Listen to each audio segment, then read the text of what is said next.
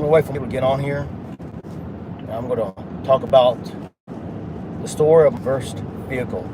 First vehicle I ever bought. I'm gonna talk about that. So I'm gonna wait for more people to get on here. So.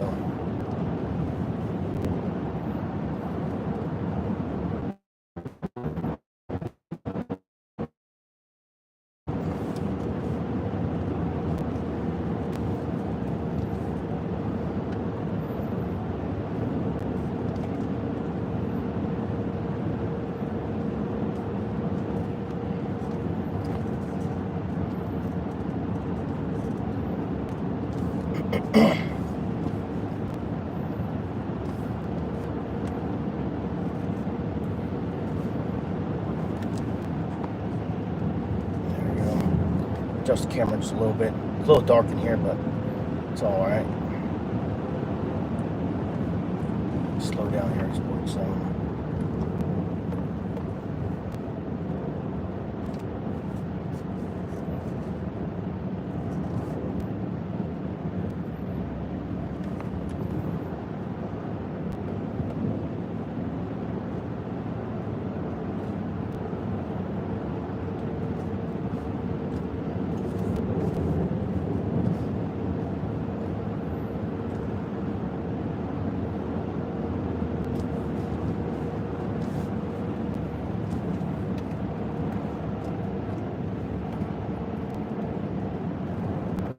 All right.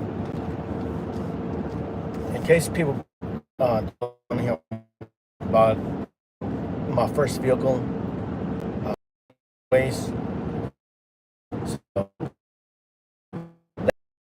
So, what was your first vehicle story behind that? Just let me know the make and model of your first vehicle. So.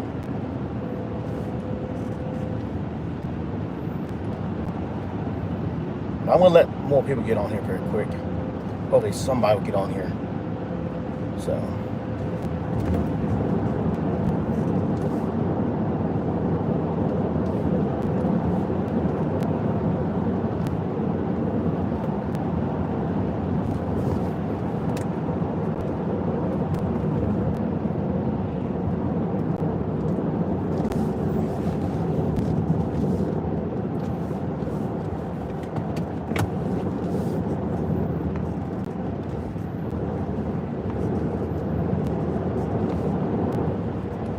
All right, 2 people on here. Welcome to my live stream tonight. Again, I'm going to talk about the story of my first vehicle I ever bought. And if you're coming on here for the first time, let me know what was your first vehicle, the make and model, and the story behind it. So.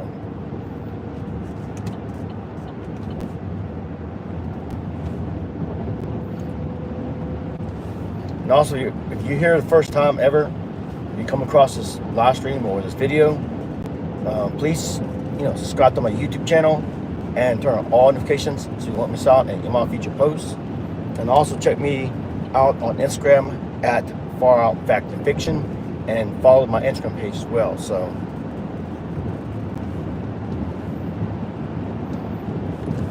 And also, if you have Facebook, then check me out on Facebook at Far Out Fact and Fiction, and make sure you hit the like button and not subscribe, but follow. Excuse me. Got YouTube and Facebook mixed up there. So, but yeah, I'm going to talk about the story of my first vehicle. My first vehicle I ever bought in my life, and where did I buy it, and the story behind it. Now, my first vehicle was a 2000 Ford Ranger. It was an XLT. So it's an extended cab. And it was 2-wheel drive, not 4-wheel drive, and it was a 4-cylinder engine with wasn't a V4. It's like a inline 4. In case those who are mechanics out there know what I'm talking about, it was an inline engine. It's 4-cylinder, and it actually had 8 spark plugs. Actually, it had 2 spark plugs per cylinder, so that was kind of unique at the time. For the Ford Ranger, so not all Ford Rangers had that. So, and story goes, when I was fresh out of high school, I joined the Marine Corps, the military, And I first got to the fleet after, doing my boot camp training and several other trainings. So I got to the fleet at Camp Lejeune, North Carolina. So I was stationed at Camp Lejeune in North Carolina. And I think about 2 weeks down the road, me and my friends took me out of town. Until this day, I don't know what we were doing. And one of them wanted to look for a car. And so I just went with them. The person that wanted to look for a car decided not to later on. And, we stopped at a dealership lot, and it was called Holiday Mazda at the time. So, of course, now they tore it down, and it's nothing but, just open field right now, last time I checked. But anyways, they used to have a place called Holiday Mazda, and it was a used car, and that's where I bought my first vehicle. And that truck I was mentioning, the 2000 Ford Ranger XLT, was a manual transmission, meaning that it was 5-speed straight drive or stick shift. Some people call it stick shift, either way, truck or vehicle. So, but the thing is, when I bought the vehicle, I bought it the same day, and I never knew, no one ever taught me how to drive a manual transmission. I learned when I, first learned how to drive, I learned on automatic, that was it. But no one ever really taught me how to drive a manual transmission vehicle. So, and think one of my friends, when we were looking at a vehicle, kind of looked at me. He says, "Do you know how to drive this manual?" I said, "Actually, I do not." He says, "I can teach you how to drive." And I told him, "Well, I'm just going to learn by kind of like go cold turkey style, kind of just go into it and learn on myself, on my own." So he said, "Well, you sure you want me to stick around and teach you how to drive a manual? I know how to drive one." He says, and I told him, I said, "Well, that'd be nice, but I just want to learn by myself when I figure out, how to drive one." And so he says, "Okay." And he and the driver, one that, were pretty much calling us around all day, took off and they went somewhere else. So that left me alone inside the dealership. So I took interest in the vehicle. I went to the dealer, filled out some paperwork and bought the vehicle that same day. Pull out that loan and everything. So I bought that vehicle, the 2000 Ford Ranger. It was a 5-speed manual transmission. It was first time, and no one ever really taught me how to drive a manual. So what I'm saying is, like, when I first bought my first vehicle, it was a 5-speed manual, and I never knew how to drive a manual till that day. So I jumped right in, started the vehicle up, and pretty much the whole week, I think it took me about a week to smooth out on a manual transmission or vehicle. So I never got in a wreck. I never hit anybody. But I had some close calls, put it that way. But over time, during the whole week, at the end of the week, like I said, I smoothed out. And so what I'm saying is, like, my first vehicle I ever bought, it was a pickup truck, and it was a manual transmission, and I taught myself, or self-taught myself, to drive a 5-speed manual transmission. So some of you people in here have never driven a manual. I don't know. Let me know in the comments below if you ever driven a manual. So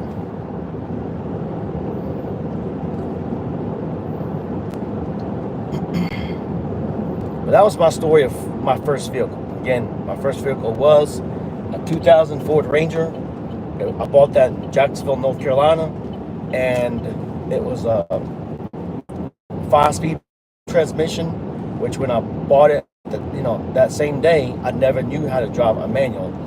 Of course, I taught myself how to do that. So again, let me know in the comments below if you ever been taught to drive a manual transmission vehicle, or if you have never been taught how to do it. So it's really not that hard to drive a manual.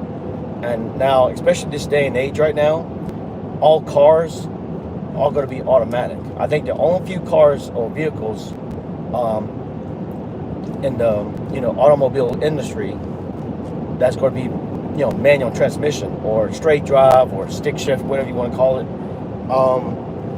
I think the only vehicle you can do that or get a vehicle that's has a manual transmission is a Jeep Wrangler. Yeah, Jeep Wrangler.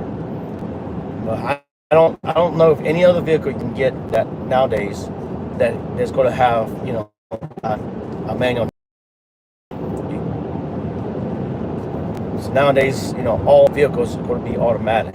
So I think Jeep Wrangler. Let me know in the comments below if you know any other vehicle that besides the Jeep Wrangler that has manual transmission. So now not all Jeep Wranglers have manual transmission. So you can a lot of them will have automatics, but I think the Jeep Wrangler is the only vehicle that you can actually choose the option for a manual transmission. Now I think Ford Mustang, maybe Chevrolet Chevy Corvette may have a package deal that you can request to have a manual transmission. I think that's another set of vehicles or kind of vehicles that can still have manual transmission. So, but yeah, that was my first vehicle. That was a 2000 Ford Ranger XLT extended cab, 2-wheel drive, and 5-speed manual transmission. So I had that truck for maybe from 2004 to 2009. I think it was like 5 years. And I think in 2009, I pretty much got in a vehicle wreck, in my truck, and it totaled the whole vehicle. Some guy pulled right in front of me. He claimed he never saw me, but he pulled right in front of me, and I ended up, plowing him in the side of his vehicle, and it really destroyed my vehicle. And I think when I hit him from the side, I hit him in his rear differential, so it really destroyed his rear differential. So I don't know if I totaled his vehicle. I know differentials can be very expensive to replace if you're a mechanic. But I know I totaled his differential, his rear axle, put it that way. So, but yeah, I pretty much totaled my vehicle, my Ford Ranger, back in 2009. Of course, later on, I think my second vehicle would be was a 1988 Crown Victoria, and it actually turned out to be a project car, and I was going to buy it and fix it up. And it turned out to be well. I think over time, the project car kind of failed. At that time I ran out of funds. So you ever buy a project car, you got to have some good money set aside for it. So if you don't know what a project car is, all it is it's a rundown car, a jalopy or hoopty, what do you want to call it, that can barely run or can't run at all. And sometimes people buy those cars as a project, that's why it's called a project car, and fix it up, and hopefully they can put it, fix it up to the point it looks like brand new or be like brand new. So, but my second vehicle was a project car, and I guess it turned out well for a short time, and then it failed later on. So then, of course, after that, I bought a 1986 Lincoln Town Car, had that for a little while, then I got rid of that, and I bought this vehicle, which is this vehicle I have right now is a 2014 Chevy Silverado. So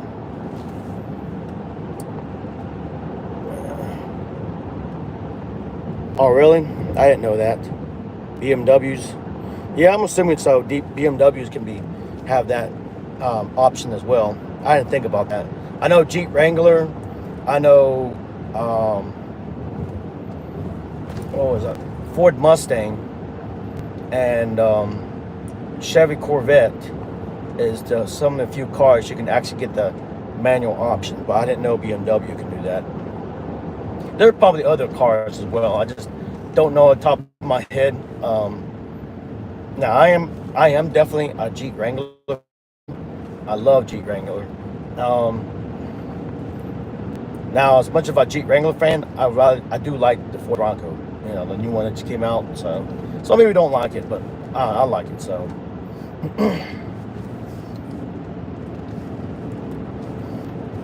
but yeah, like I said, so far I had total in my lifetime. I had a total of vehicles. That was my car, not the.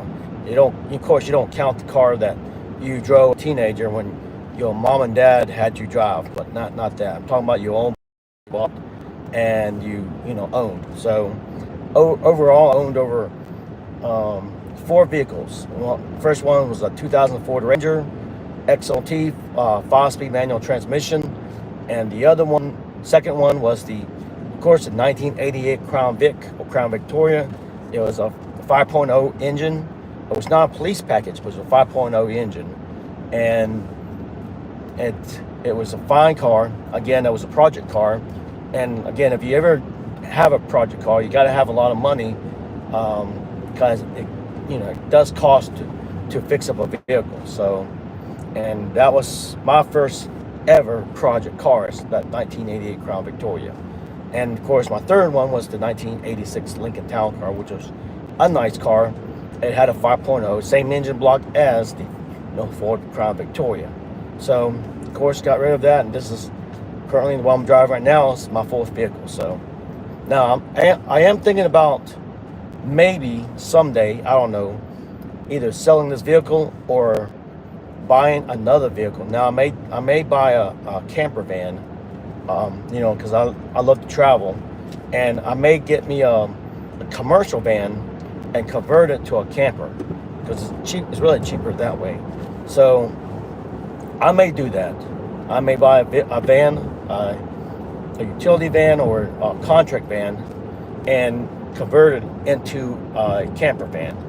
And I may sell this vehicle and go out and do a lot more travel with that van, or that camper van or travel van. So I don't know. I like this vehicle. The Chevy Silverado is a real good truck.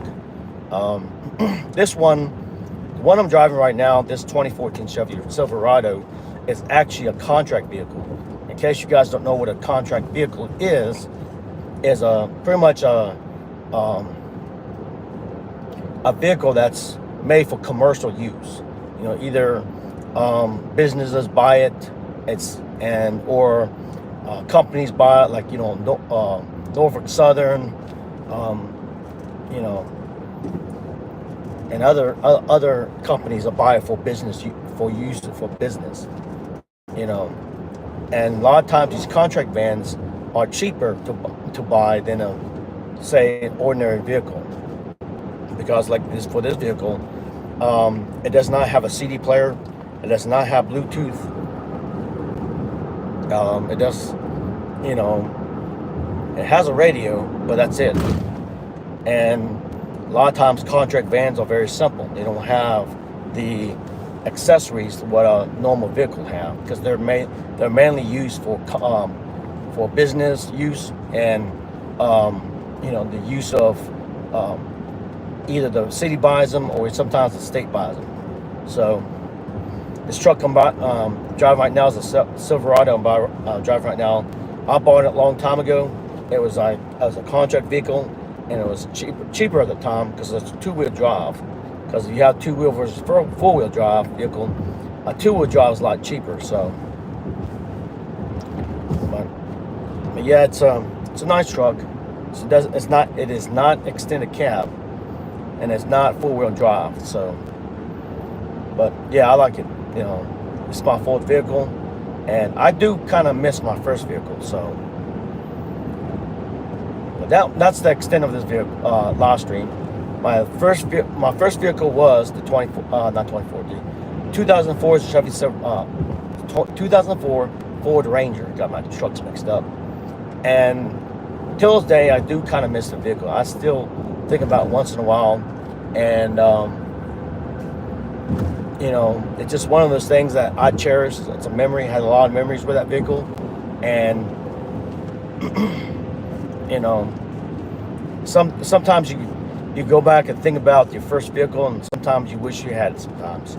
And that's one of those times I do have, is sometimes I wish I still had my first vehicle. So, yep, that was my first vehicle, 2004 Ford Ranger, an XLT, extended cab, full cylinder, and 5-speed manual transmission. I bought it in 2004, and I bought it at Holiday Mazda at Jacksonville, North Carolina, while I was still in the military. And it lasted me for 5 years, of course, till I wrecked it. So anyways, I'm gonna get off here. I thought I would just talk about my first vehicle, the story behind it. Of course, I also thrown out my second, third, and fourth vehicle. And if you haven't done so, please subscribe to my YouTube channel and make sure you turn on all notifications.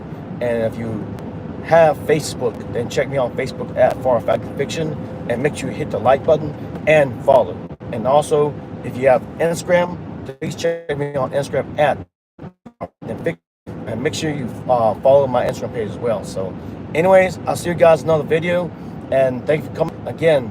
If you haven't done so, just put a comment below what was your first vehicle and the story behind it, and what was the make and model of your first vehicle. So anyways, let me get all here, and thank you for watching. Thank you for supporting my channel, and I'll see you guys on another live stream.